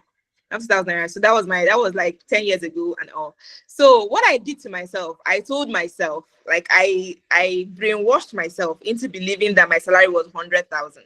So in my mind, I was not earning 150, I was earning 100. So immediately that my 150 comes in, the 50,000 has gone into my. Then I didn't even know about investments. I was just saving. So immediately the money comes, I'll just take 50,000 naira and I'll put it in my savings account. So I just conditioned my brain to just believe that this was my income. So this is something that you can do. Okay. So no matter what you're earning, gradually reduce it, remove that money you want to save, and just adjust your belief. Like even now in my 9 to 5, I have an account, I have an amount I receive in my salary every month, but I have an amount that's in my head is my current salary. So once my income comes in, that money is not my own. I just see, another thing I can do is people should not laugh, but I imagine myself, my 60-year-old self, my 70-year-old self, my 80-year-old self. I have a picture of what she looks like, and I have a picture of what I want her to be like. So when I remove this money, I tell myself that it's for her. So, I'm actually loving myself by doing this. So that actually helps me to build discipline, because I'm loving myself. I'm taking care of myself, my future self this time around. So once that money comes in, I say, this money belongs to her. It's not my own. It's for her. So these are some of the things that I've done to help me build discipline. So gradually in your mind, mentally reduce your income, remove that investment part, and then just find something that you can emotionally connect to. Like I have emotionally connected to my older self. I really want her to live a good life. I'm tired of seeing, retirees hungry, not being able to buy their drugs, chasing their children, disturbing their children, give me money for this. I don't want to live that life. Like I despise that life. So I am doing everything possible to make sure that I have children, but I don't want to ever disturb them. In fact, I want to be that, rich grandmom who will come and be spoiling her grandchildren with her own money. Okay. So because I know what I want to achieve, it makes it easy for me to have that discipline. So once the money is coming in, I have that. She needs to, no, she needs to go. She needs to be taken care of. Okay. So these are some of the things you can do. Mentally reduce your money, mentally reduce your income, so that remove that portion you want to take away, and just manage the rest. Just like I said, when I was working in the bank, my income was 100,000. Like you can't even convince me otherwise. My income was 100,000. 50,000 was not my own. Okay, then connect something that makes you feel emotional, something that you can really deeply care about, and tell yourself that you are doing this for that, and that will help you with your discipline. You can also set up automatic, debits. Like I said, some of these apps, some of these investment accounts, like money market accounts too, can also help you set up automatic debit, so that once the money, you give them a particular day, they will take the money from your account on that particular day. So that can also help you with your discipline. Okay. Thank you so much. I think I'll work with the reducing my salary. All right. Thank you so much. That's very nice. Thank you. Thank you very much, Hope. Any other question? Okay, I have Farida, but I think we have something in the chat. Is there a community we can join? I know that Finance and has a YouTube channel. So I know that you can go there, you can read everything that you can. The Bloom Africa also has a community for our girls, Girl in Bloom. So we're also like going to have everyone there that we majorly pass our information. We share like useful links, such as Finance And's YouTube channel. We share all of those kind of things in that community. And you can also join our community by participating in any of our programs. Just like you're here, you're already in our community. So I think that would be one. And Peace also says, lock the money in Cowrywise, a piggy vest. Even if you cry blood, they won't allow you to withdraw. And I agree. But because this happened to me last December, I sent an email to them, I messaged them on Instagram. They were like, no, you can't. So, but I think the problem with Cowrywise and PiggyVest is that, they only work in Nigeria. So I think for people who are from other African countries, you can look into platforms that are reliable. I don't know of any. I don't know if Finance and know of any as well. But I'm just trying to say, because we have a very diverse community, I know that there are people from Uganda, South Africa, as we've seen. We have people from Kenya, from Sierra Leone, who are always like joining our programs, US, Canada, and all. So I think that you can look for platforms like that work in your country and then, join them there. So I would pass the mic to Farida for a question. And I think after Farida, we can take two more before we call it a day. Hi, Farida, please go ahead. Okay, Farida, followed by Matilda. Hi, good evening, everyone. I hope you're all doing well. My name is Farida. I am an event moderator and program coordinator here at the Bloom Africa. Thank you so much to Aziza for coordinating this and moderating with our lovely speaker, and this has been amazing. I've been learning so much. So I'll go ahead and ask my question. My question is more of a hypothetical, but I'd like to get like insights from it. Let's say, for instance, a student is looking to, just really develop their skills with, money and like learn.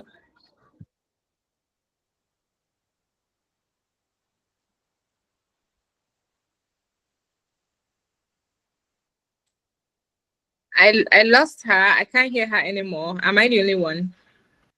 I also lost Farida, are you here?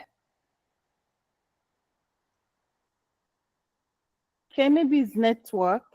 We can take Matilda first, and when Farida is able to speak, we'll take Farida. All right.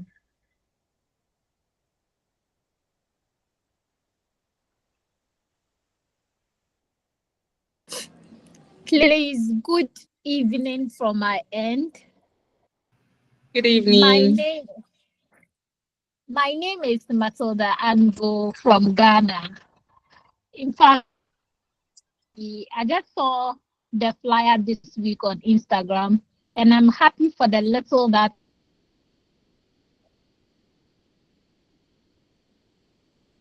I've learned now. I was asking myself, that this program you have people in Ghana.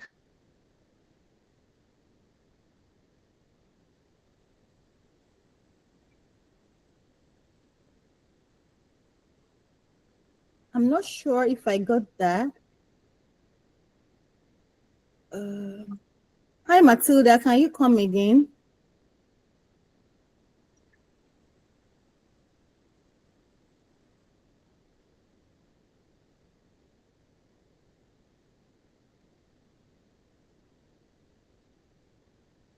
Okay, why are we facing so much network issues this evening? Okay, Farida. Okay, hi, Matilda. Please, can you come again? Can you come again with your question? We can't hear you.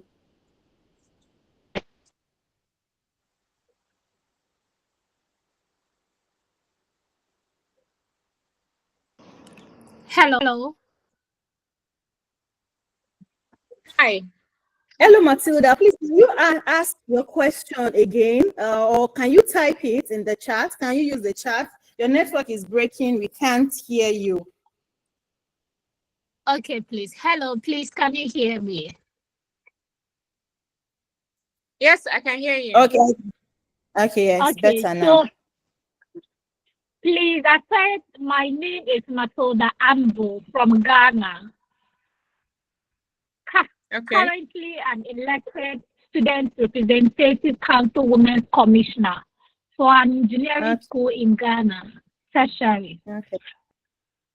And I'm saying I love this particular program, and I'm happy to discover the Bloom Africa and Finance with Anne on Instagram.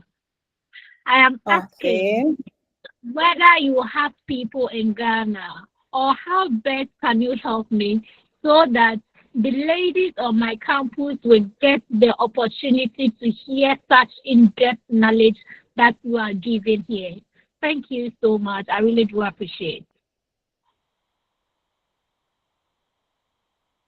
Okay, I think that question should be for you. Yes, that question is for me. Thank you so much, Matilda. It's a pleasure to meet you. Currently, like I mentioned at the beginning of this call, that the Bloom Africa, we work with African and diaspora women and girls. So our programs have impacted women in Ghana, in Kenya, Sierra Leone, even Rwanda, United States, Canada. So we work like that. And since you are working in your university, we have a program coming on for university students, for college students. That will be later in the year. But at this time, we also have these other programs that we do for everyone to benefit from. But we are happy to have a further conversation with you. You can send us an email, hello@thebloomafrica.org. We can then take it up from there. You can send us an email to know what kind of programs you're looking forward to. We have like different kind of programs. We have programs on Inspire. We have 3 key buckets, which are lead, inspire, and build. So we have Inspire program. These programs, they help you, we just do it to inspire you. We do it to teach you. We have program that teaches you how to lead. That's where we have our Girl in Bloom Global Ambassadors. We have programs like that, and we also have Build, and that is where we have the Bloom Impact Scholarship. We're able to build everything that you want to build. We do it for women. We support entrepreneurs on campus and women who are also entrepreneurs. So we have different kind of programs around our 4 key pillars of work. So you can send us an email, is in the chat. We're happy to take the conversation forward and see areas of partnership that we can explore for your university in Ghana. And we are so happy for college students, because that's like one of our focus for this year. We know that there's that gap that is largely unexplored, right? And we're trying to like go into colleges, universities. There's a lot that is going on there, and we have a program for that coming on later this year.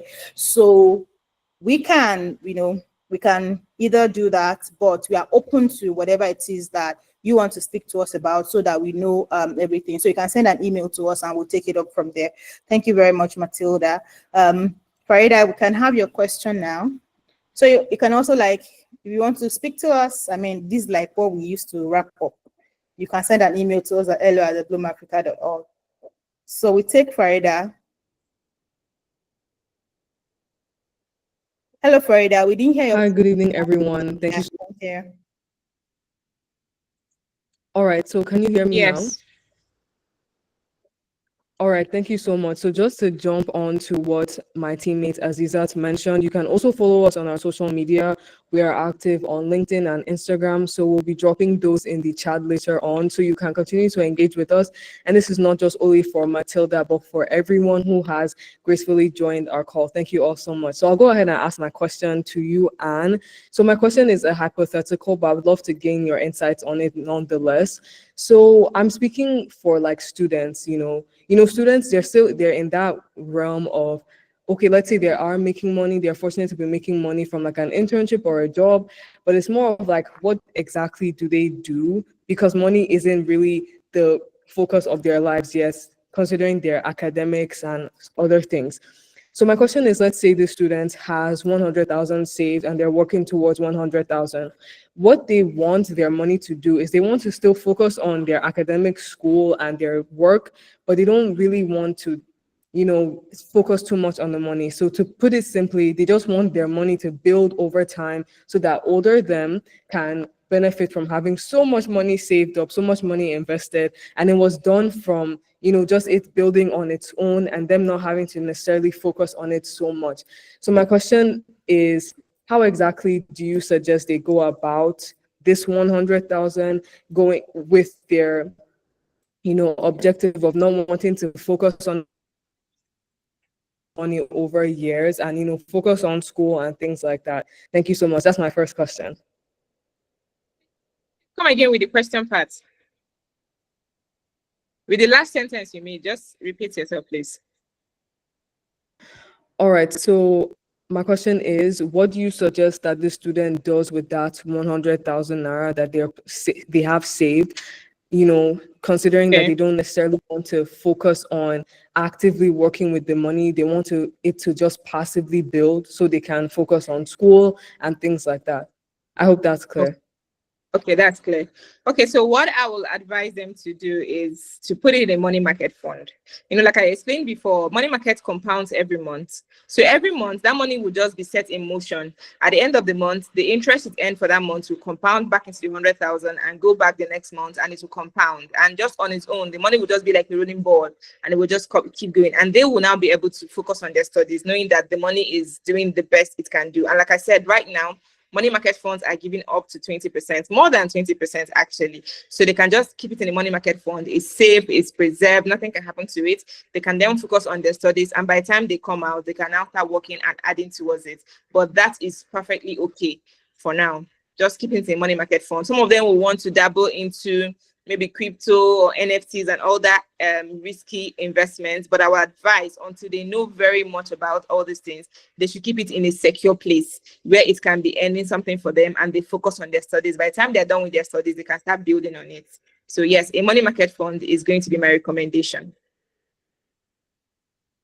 All right, thank you so much. And so I'll go ahead with my second question. So you discussed budgeting, and I think this would serve everyone.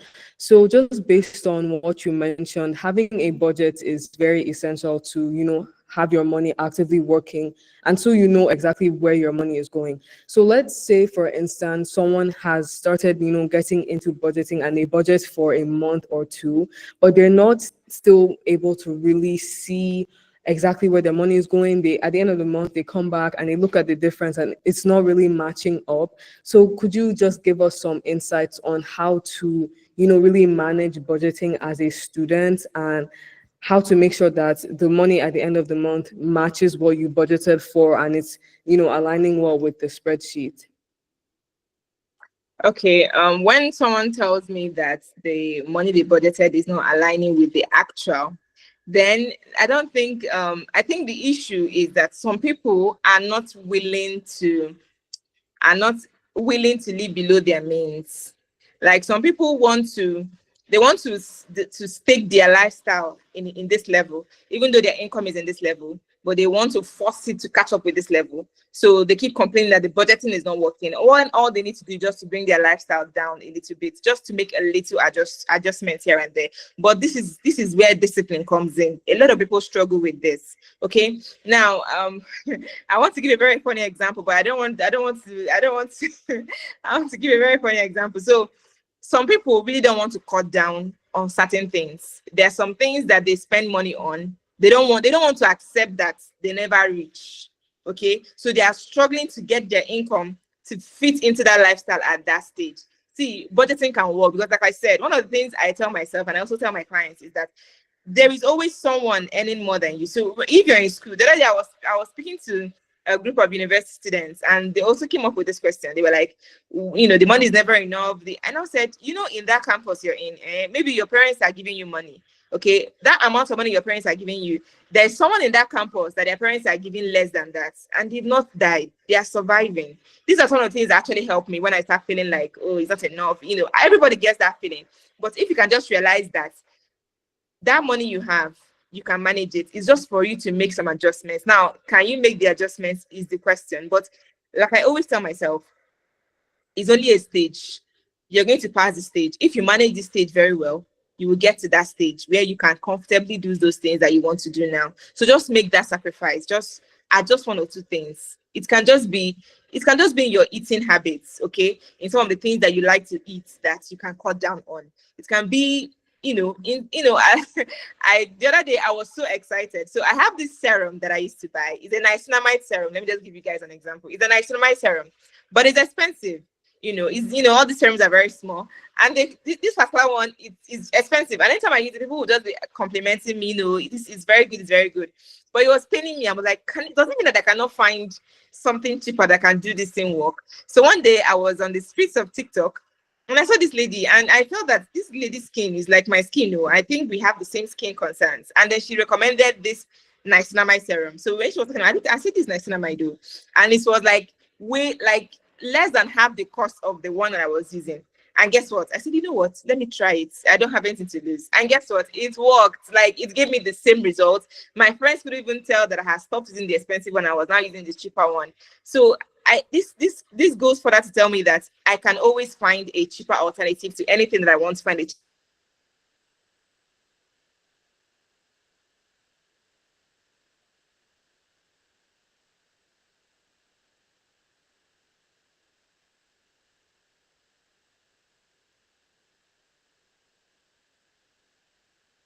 So if you're trying to, it's not really a budgeting issue, it's more of a discipline, being able to discipline yourself to adjust your lifestyle, to adjust your habits, to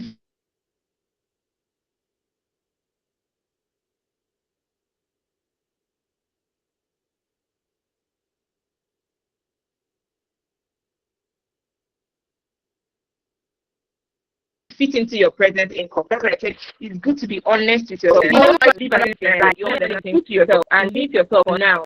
It's only a stage. It's a stage of sacrifice. You will get over it and get to the next stage, and things will get better. So that's my advice for that.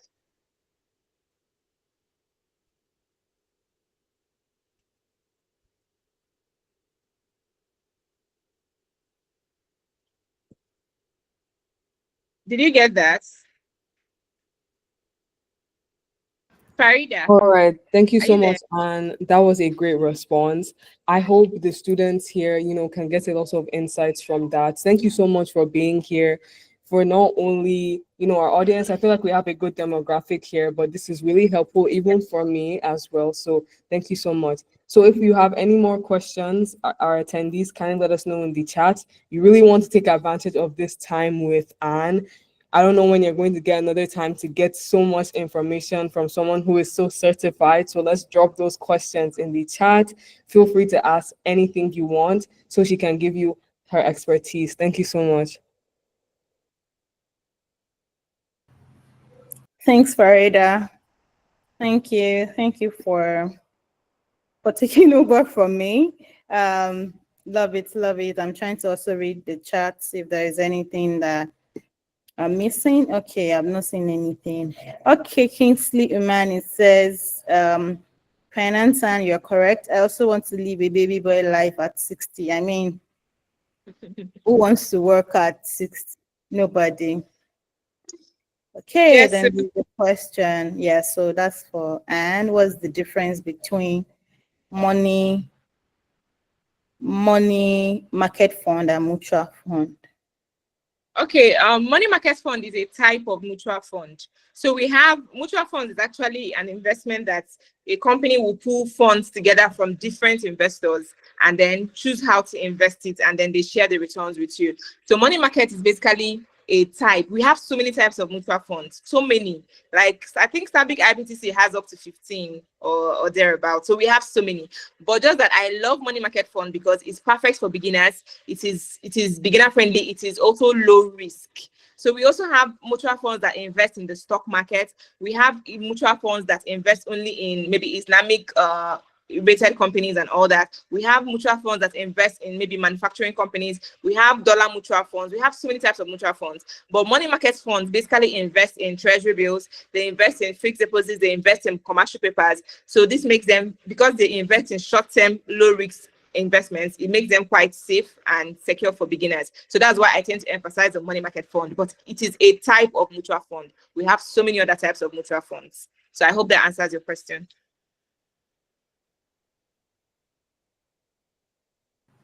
Thank you.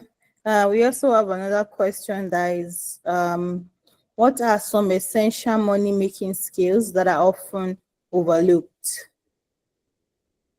Okay. Okay, I think there's one that I just saw now before that one. Someone said, I have a fear in committing my hard-earned funds in fintech. Okay. So the fintech, one of the things that you can use to limit your fear or reduce your fear in fintech is to find out some information about them. So some people tend to look at fintechs as just the app. They say, what if I wake up and the app disappears?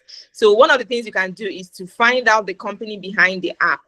Okay, who is the company behind the app? Are they registered? Are they licensed? Do they have the necessary regulations? Are they insured? So once you can know the company behind the app, you'll be able to feel more comfortable using the app. Okay, because for example, one of the apps I use in buying stocks for the first time, they actually closed down. So but before they did, they actually moved us. They sent us mails. They communicated the fact that they were closing, and then they moved us to another company. So one of the reasons why I felt comfortable with them is that I knew the company behind them. I even knew their parent company, the company that gave them license. So all they did was just move us to another company that was under their parent company. So everything was intact. They moved us to another app, and everything was the way it is. So if you do your research, do your due diligence, and know the company behind the app, then you have more confidence in them. For example, Optimus is owned by AfroInvest. AfroInvest is over 20 years in Nigeria. They're licensed by SEC and all that. And so that is what gives me confidence in them.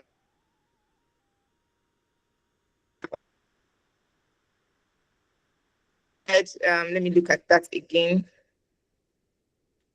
It says, what are some essential money-making skills that are often overlooked? Okay, is there any skill that is overlooked? I think one of the things that you first of all ask yourself what you are naturally good at, because I think every skill is monetizable and every skill can be used to make money. I mentioned some of them like editing, video editing, graphic design, customer service, virtual assistants, tech. We have so many skills. Content creation is even a skill on its own right now, right? So we have so many skills. So it depends on you finding out what you resonate with. I don't agree that people should just jump on a skill just because you think everybody's doing well in it, or maybe because you think that it is highly profitable. So you jump in. If you jump in, you might end up struggling. It might not flow very well with you. So one of the things you can do is to find something that you naturally, connect to, and then you can build on that. So I believe that every skill is profitable. The thing is that when you pick a skill, be so good at it that you're going to be one of the top people in that skill. That is how you stand out. That is how you make money from any skill. Be good at it. Let everybody, show your skills, show your expertise. That when people talk about that skill, before they mention one or two names, they've mentioned your name. Before they talk about 2 or 3 people, they've called your name. So that's what you should be aiming at when you're good at a skill. When you want to pick a skill, be so good at it that people will refer to you whenever they want to talk about that skill. And that is how you make money from any skill of your choice. So I think I'm seeing another question here that says something about mutual funds. Are all mutual funds low risk investment? No, not all mutual funds are low risk. Some of them are high risk, some of them are medium risk. Like equity mutual funds are actually high risk, but money market funds are low risk. Then Farida said, what money market funds do you suggest for people who want to invest sustainably and ethically? For example, halal investments. Yes. So, it depends on the company you want to deal with now. So if you go to different companies, like we have the Stanbic IBTC Asset Management, we have FBM Quest, we have ARM Investments, we have GT, we have Zenith, we have so many different companies that have these mutual funds, that offer these mutual funds. So when you go to their website, you're going to see so many options they have. So I think Stanbic IBTC has about three halal, ethical invest. I think they even have one they call ethical fund. They have another one they call halal. I'm not so sorry. I've not really paid attention to these particular ones, but I know it's there. I've seen it multiple times. So if you just go to the website, you'll be able to see all the different types of, mutual funds they see. And they always give, a detailed explanation of what they invest in and even the proportions. They might tell you that 70% is put here, 60% is put here, 10% is put here. So once you go to each of their websites, you'll be able to see all the mutual funds they offer. They will even tell you the one that is high risk, the one that is low risk, the one that is medium risk, and all, and how the returns are given and all. So just please check their websites. I know that Stanbic IBTC has at least two Islamic halal mutual funds. Thank you. Okay, I think that's all for the chat. That's all for the chat. Thank you so much, and for answering all our questions. I think we can still take one more, and if there is none, I think we can just then begin to probably wrap up. Or any question, any more question, clarifications I would like to make, or just anything at all.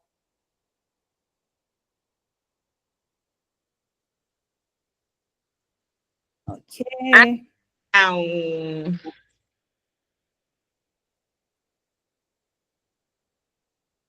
Okay. All right. Okay.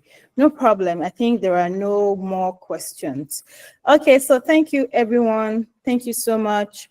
Thank you. Thank you. Thank you very much for joining our call this evening. We really appreciate you. I mean, we've been here for 1 hour, 47 minutes. That's like a whole lot of time, but it's a good time to actually, we've made good use of our time today. I mean, this is like a very good use of my Sunday evening, and I love it personally. I hope that you do. We really learned a lot from Han today, and I know that this is just like the beginning of good things. And once you start to implement all of these things that we've discussed today, feel free to write to us, feel free to connect with us, feel free to engage with us. You can engage with Anne on Instagram, on YouTube, at Finance Anne. So okay. Finance with Anne. Okay, Finance with Anne, yeah. Anyone. Okay. So Friday, if it's possible, can you post the links to Finance Anne YouTube channel and our Instagram on the chat?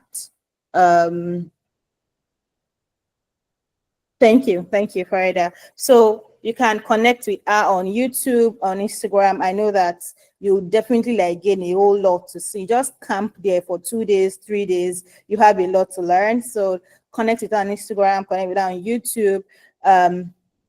We would definitely gain a whole lot more insight into what we just spoke about today. And also, you can also connect with us at the Bloom Africa. Connect with us, follow us on our social media platform. This event, Leader Labs Money Talks, is brought to you by the Bloom Africa. Connect us on LinkedIn at the Bloom Africa. Connect with us on Instagram at the Bloom Africa. Connect with us on Facebook at the Bloom Africa. Connect with us on YouTube at the Bloom Africa. Just press the Bloom Africa. You can check our website, thebloomafrica.org. You can also send us an email if you feel like you want to engage with us, or you want to, there's a proposed partnership, there's a project you're working on that you want to bring closer together, girls and women in Africa, because that's what we're doing. We are looking to connect with more women and girls. So if there is a partnership that you are looking into, feel free to write to us at hello@thebloomafrica.org. So we are on Instagram, we're on Facebook, we're on LinkedIn, we're on YouTube at the Bloom Africa. So Farida would also post all of these links in the chat. You can follow us from there. And we also hope to also continually write to you and share all of these wonderful opportunities with you. We have our Girl in Bloom, an initiative of the Bloom Africa, where we also have our community where we share beautiful opportunities. You have opportunities for mentorship, access to all our programs and all of that. So you can also join our community. You would see them on our bio. So Farida will put them in the chat. And I think the last thing that I want us to do at Farida is doing that is if we can take a group picture, you can just, show us your video, and then we take a picture, and then we just keep it cute, keep it beautiful, keep it lovely this evening. And so I'll give everybody 1 minute to set up. So let me stop sharing my screen. So we want to see your beautiful faces.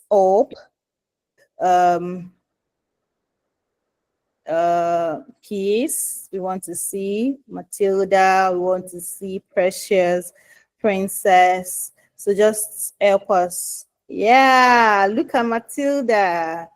You're so beautiful. Thank you. So let's see. I want to see more faces. Okay, I can see Adejunke. So lovely. Thank you. Thank you. I'm waiting to see more faces. Oh, waiting to see more faces. Thank you, Selena. Thank you, Selena. Thank you so much. I can see Eliza. Thank you. Thank you. Thank you. Thank you. I mean, okay, I can see everybody is looking cute now. So, okay.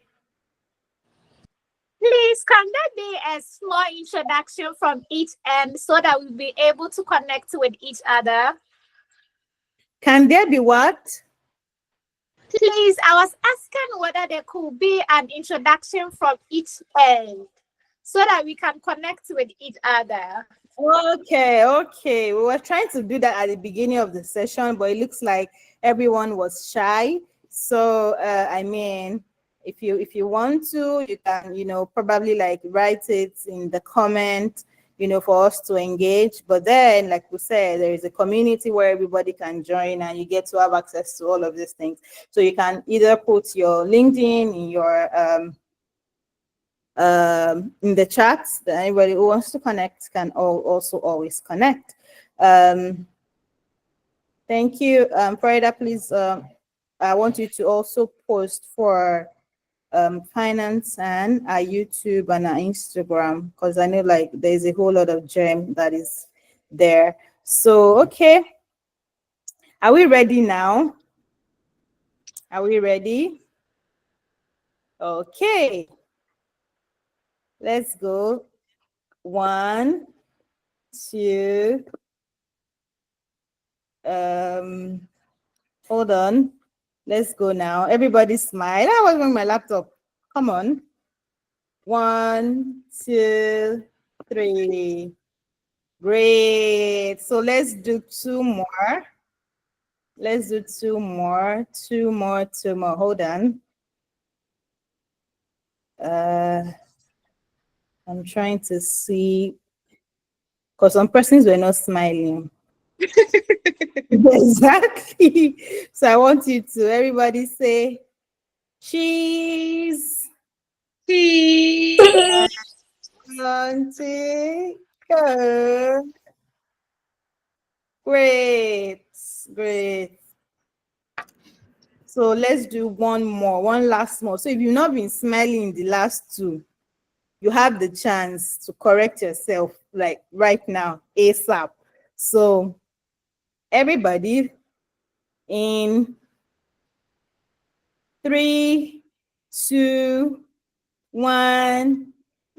Okay, I have a chat that is disrupting my. Okay, yeah, let's go. In 3, 2, 1, go.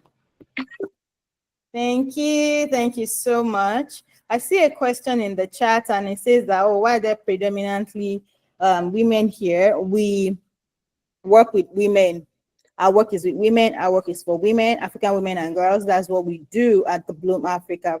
So that's what we're doing majorly. So thank you so much for joining us. And that's why the platform is predominantly women, and only women can join our community. So I hope that answers your question. So you can share with the women and girls that you know. You can share with the women in your community. We have a platform for girls between, girls 9-year, 10-year, 15, you have 13-year-olds. We have programs specifically for them. We do an annual summit every year, the Girl in Bloom Summit. We do it in Lagos, Nigeria. And that is an hybrid conference that we do every year. You can read about it. You can watch the previous conference. It's such like a very big one.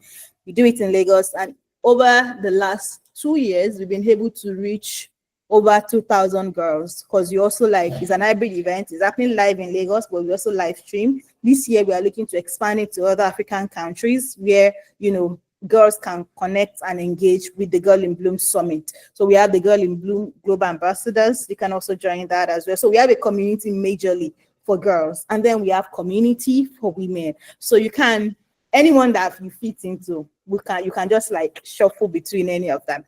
So thank you so much, everyone, for joining this evening. And I want to wish you a very lovely evening, happy Sunday, happy weekend, and I wish you a great week ahead. Bye. Everybody say thank you, Finance, and as we leave. Thank Thank you, Finance and Anne. bless you, and hope it connects with you. Thank you, Finance. Thank you.